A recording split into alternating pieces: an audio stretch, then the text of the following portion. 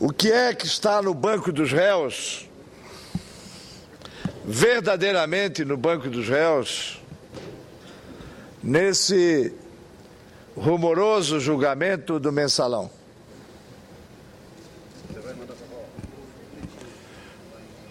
O que é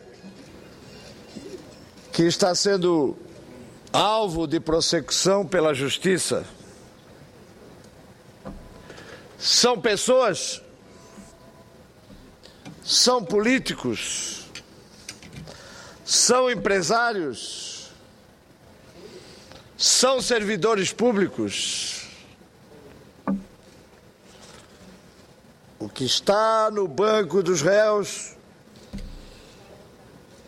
no Egrégio Supremo Tribunal Federal, é o sistema político nacional que passa dia, passa semana, passa mês, passa ano, não se reforma.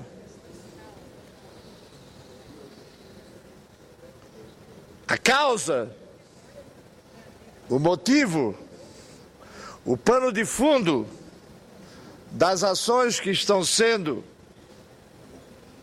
objeto de julgamento na mais alta corte do país, a causa principal, a causa fundamental é o sistema político nacional. Começando pela forma, pela maneira esdrúxula, esquiva, inadequada, inaceitável com que são financiadas as eleições nesse país. Eu espero, senhor presidente, que desse julgamento e que da evolução das campanhas eleitorais brasileiras surja finalmente o momento em que as lideranças dessa casa e da Câmara dos Deputados digam: basta, chega, vamos fazer ontem a reforma política. A reforma que tarda, a reforma que se adia, a reforma que não prospera, senhor presidente. Começa pelo financiamento das campanhas. Há empresas que não querem fazê-la de forma visível, de forma formal, com temor de seu candidato perder e serem perseguidas pelo adversário.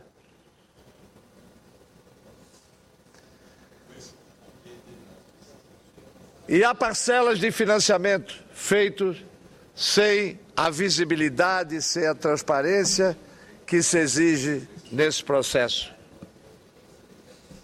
Nós imitamos muitas coisas dos Estados Unidos, inclusive o nosso sistema político, o nosso sistema governamental, o nosso sistema republicano. E copiamos também a forma de financiamento, só que na cultura nacional. Financiamento privado é o sistema que tem que ser abolido, que tem que ser execrado, que tem que ser condenado, que tem que ser substituído por financiamento público, senhor presidente. Financiamento público transparente. Dizem uns: como tirar dinheiro dos impostos que são arrecadados pelo povo para financiar partidos e candidatos?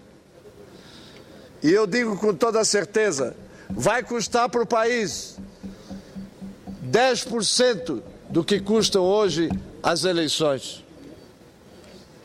É evidentemente que o financiamento público tem que vir acompanhado de outras medidas.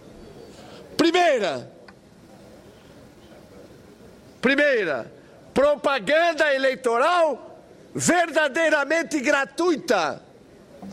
Porque a propaganda eleitoral no país, no rádio e na televisão, é propaganda milionária. O maior custo das campanhas eleitorais está na forma como se realiza a campanha, principalmente na TV.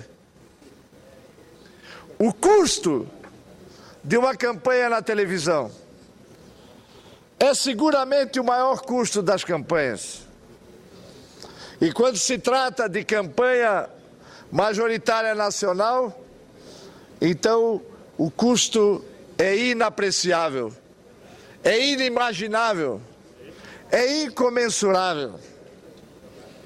O candidato deve ter um único ônus de, ao chegar na televisão, levar um pendrive para que a Justiça Eleitoral tenha à sua disposição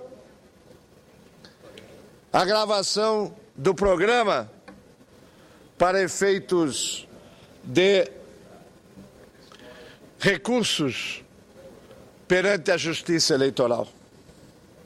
Esse deve ser o único custo dos candidatos. Por outro lado, se a propaganda eleitoral for feita ao vivo, acabarão as maquiagens, acabarão as magias dos marqueteiros. E o candidato que vencer, vence com o seu rosto, com as suas ideias, com a sua credibilidade, com o seu passado, com a sua verdade. Não com a verdade, entre aspas, criada, produzida pelos marqueteiros do dia. Financiamento público e TV ao vivo já para aperfeiçoar a nossa democracia. Mas há mais, senhor presidente. Essa nação não suporta mais eleições a cada 2 anos. Entra-se na eleição municipal e se sai dela já na eleição estadual e nacional. Não há quem aguente essa interatividade de eleições. Por isso, senhor presidente, a reforma política deve vir estabelecendo mandatos iguais de 5 anos e eleições coincidentes a cada 5 anos, para que os governos possam planejar, para que a nação possa se pensar, repensar, para que se possam fazer programas de médio e longo prazo, para que uma palavra perdida dos dicionários políticos chamada planejamento possa voltar para o dicionário das ações governamentais. Por outro lado, senhor presidente, é preciso mudar o sistema de elaboração das listas partidárias em eleições para vereador, para deputado federal, para deputado estadual. Vota-se no João, no Pedro, no Francisco e não se vota no partido. Em qualquer pesquisa eleitoral, ou melhor, qualquer pesquisa de opinião pública que se fizer nesse país, a redundância é de que, no máximo, 30% dos eleitores tem partido ou vota em partido. 70% das pessoas votam em pessoas. E o que é mais grave, o que é mais doloroso nessa nação, é que se pergunta 6 meses depois, e 70% dos eleitores não sabem dizer em quem votaram. Votaram em alguém, na hora de votar, por um motivo qualquer. Não sabem em quem votaram. E o que acontece nesse país. Os partidos não têm nenhuma credibilidade. Os partidos não estão arraigados no seio do povo. Os partidos são apenas instrumentos, barriga de aluguel para candidaturas.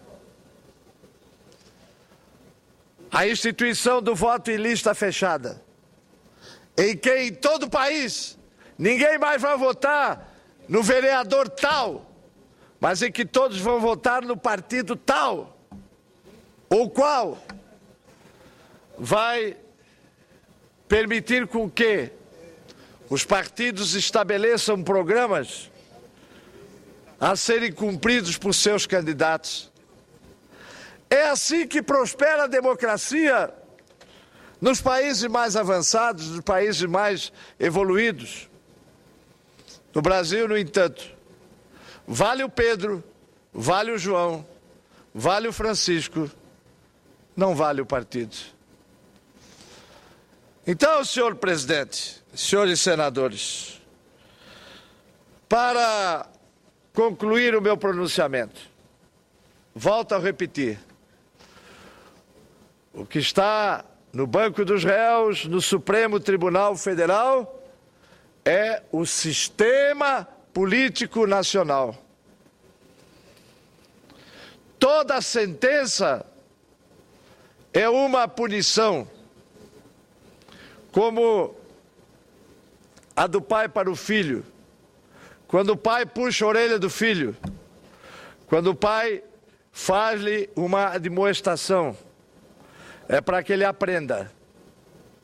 Aprendamos com essa sentença, aprendamos com a lição do Supremo e façamos ontem a reforma política para que esses fatos não voltem a se reproduzir na imprensa nacional e internacional.